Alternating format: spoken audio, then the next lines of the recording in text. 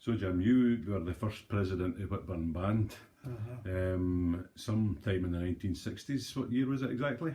Well, it worked through 67. The band, I wasn't able to play that year because I was a member of the part-time mines rescue, and the Michael disaster had happened. 9 men were lost, and I was part-time, and we were sometimes at Corporate and sometimes at Michael. Anyway, I couldn't play, and the man in charge at the time, for whatever reason, and I don't know why, he decided not to use Danny Dunlop in the band that day, and the players that were there were very upset, and they got 6. But after it, the members of the band felt some had to change, because before that it was a one-man decision committee and everything, and he done fantastic work for the band over the years. However, the band had a meeting, and it was discussed about what happened on that day, the contest. And as a result of that, 4 members of the band left, and that was like Jim Dewar, his brother Rab, and Rab's 2 sons, Jim and Robert. They left the band. So we were really at loggerheads with her. And we started to scrape, we had 1 or 2 engagements in Glasgow and that. And we got Jimmy Taylor to come and conduct us, and he was brilliant at the concert rock. But Jimmy wasn't going to be the man for championships and contests. So we scraped round about, and we got John Brown and Michael Brown for Falters, for shots, and players, and made it up, because these 4 players that left were all cornet players. And as the year went on, some of the band felt, right, we'll let the championship go, and we'll try and build. But I was quite active in Saba and Glasgow Charities, in fact, at that time.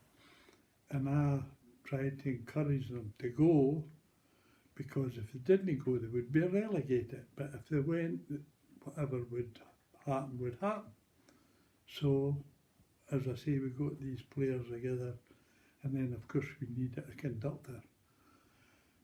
And I don't know who it was that actually come up with the suggestion to get in touch with Alec Fleming. And they did, and he wasn't going to take us because he was taking Kirk and Tulloch, that was his band. However, he decided to take us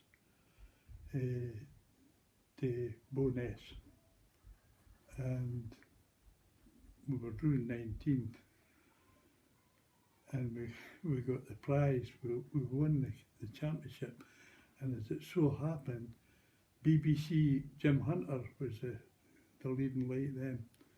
They were doing recordings of all the bands and that, and they missed Whitburn because he didn't rate us, and we won the contest. And that's where the change started, really.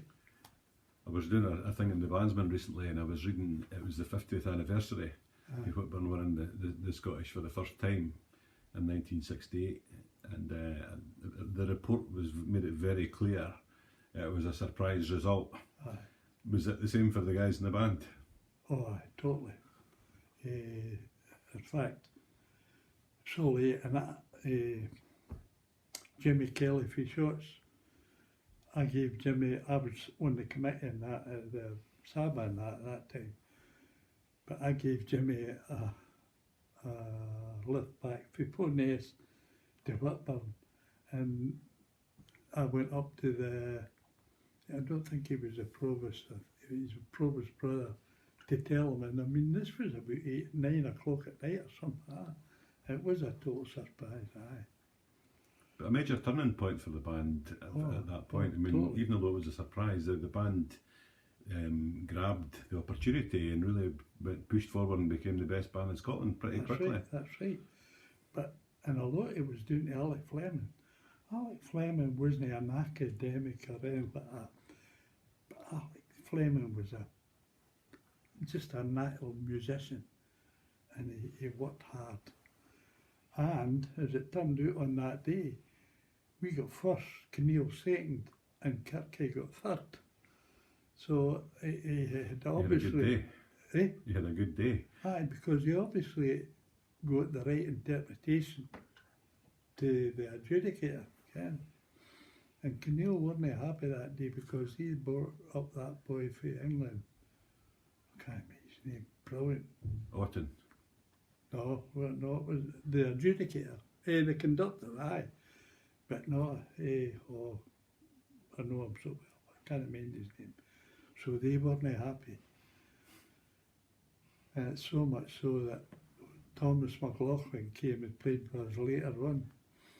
And his wife Anna, they had said Alec Alec Melville was already there, and we were talking about getting a flugel player on that. And Anna says, over my dead body will he play for Whitburn. But Thomas came and was brilliant. Who were the other top players in the band at that time? You mentioned Alec Melville. I remember Alec as a great cornet player. He played euphonium as well, didn't he? Sorry, Alec I Melville, did. Aye. In fact, the first contest Alec played with us was at Dunfermline, and he played remember the names, and he played euphonium. Aye. But then he came on cornet, and we had Lockhart Vidler, who was a stalwart there anyway, and John Lambie, Willie Clen and the bass and that. We had good, solid cornet boys. No brilliant, outstanding stars, but brilliant bandsmen. But that was the turning point, really. And of course, the band would have gone to London on the back of that as well. That must have been a huge weekend for a band that you'd only, 14 years earlier you'd been there and won the British Championships. Right. So going back to Plesting to play in the Albert Hall, that's right. Bit of a difference. Big difference, and of course, quite a few of our wives who went, they had to go, and we were drawn against Montefeltons. We're still Montefeltons then, I think, and they won it. And of course, the difference in the big sound and all the rest of it. It was a brilliant occasion. And we used to get criticised for going to London before that in the second section and all the rest of it. But it was part of a plan to get the experience and work towards being happy playing amongst these guys. And it did happen, nearly. It never happened in the Albert Hall, but it nearly should have. So going back to 1954 then, when the band won I just joined the third section in London, you were in that band though, weren't you? No. You're in the picture. Eh? You're in the picture. Well, it must have been 10 later on in the year. the one of the guys that played left the band. It was through his work or whatever, and I joined them. I played with basket at that time, just for a short time, for I had given up playing with the Shots band when the funds all went down and that, and I had stopped playing. And a guy talked me into going back to basket, and I was playing with him. But then this guy left, and it wasn't any aggro, it was just a work or a study situation. So I joined the band then, but I wasn't in it, but I didn't play at London. Still, it must have been quite a rising standard from being in the third section at that time. Aye. Over that next sort of 10, 12 years, it took the band, what, 5, 6 years to get to the top section? Aye. Is that right? We're up and down for Aye. second and third. But they had a good solid conductor. So you had before. Herbert Kersley at that time, Herbert wasn't it? Kersley was magic. He was really magic. And at the latter end of his conducting life, he couldn't stand, so they got a stool that was raised up, Ken, so that he could sit and half stand in that. Aye. Was it Harry Howell that followed him? That's right. He was the one that got the band at the top section, wasn't he? That's right. What was his style? Aye, it was good. In fact, I think he Harry every now and again, because I listen quite a lot to Classic FM, and they talk about different orchestras, and Bournemouth Symphony Orchestra, that, and that's where Harry Howell was before he came up here, and it was because his family came up here, because he conducted that symphony orchestra in Bournemouth.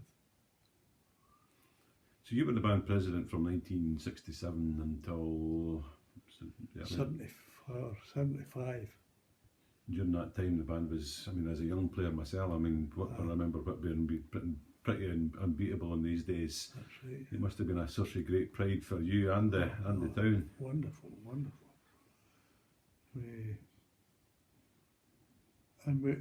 We started to be more ambitious in the conductors that we tried to get, and it worked. Over time, it worked. Got a lot of good results. But even since then, and you've followed the band right through the last 50 years, 45 years, Yes. that you've not been formally associated with. It must be, like, again, you must get great pleasure out of seeing how that band that you've got a huge part in its history as having built has knocked on even further. Aye, because Stuart's good enough that whatever contest they're at, London, Birmingham, and I've been at This is your Birmingham. grandson, Stuart, who played in the band as well, eh? That's right. But he's still good enough to give me a ring on the mobile when he gets the results, you know. And I've been once with a band in Europe, in Holland, and I was at Birmingham when they got second.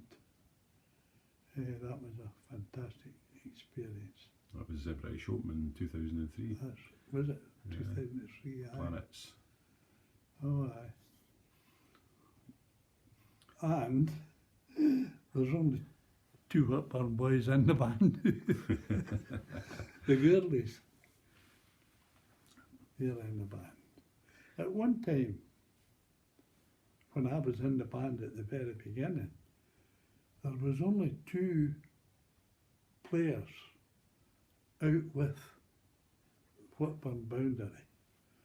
One was in Harthill, Greenridge, and the other was East Whitburn. That's right. Travelling a long way, eh? Ah, No, it's been great to speak to you, Jim. You've got great memories of the band. Is there one that sticks out specifically as your favourite moment in your years with Whitburn Band? well, I think the biggest one was the first one. 68, as you said, it was a surprise. But what it did do, it lifted the band out of a real deep hole, because I think if we had had a bad day that day, we would have been down and a good chance of getting relegated and all the rest of it. And I don't know what would have held the band together. But No, it's obviously one of the great turns of fortune that the band's had over the years, and I think one of the best ones was clearly you taking the reins in 1967. So I think on behalf of generations of Whitburn Band players, I will thank you very much for that and for everything you've done for the band. Jim, it's been a great pleasure. what I've got out of my time with the band and the years following it is a wonderful friendship with a lot of nice people. And John Lambie and Robert Adamson, who played the euphonium on that day that 1967, he's now a Salvation Army player. I still speak to Robert on the phone now and again. Great friendships. Thanks a lot, Jim. It's been Thank great. you. Thank you. Thank you.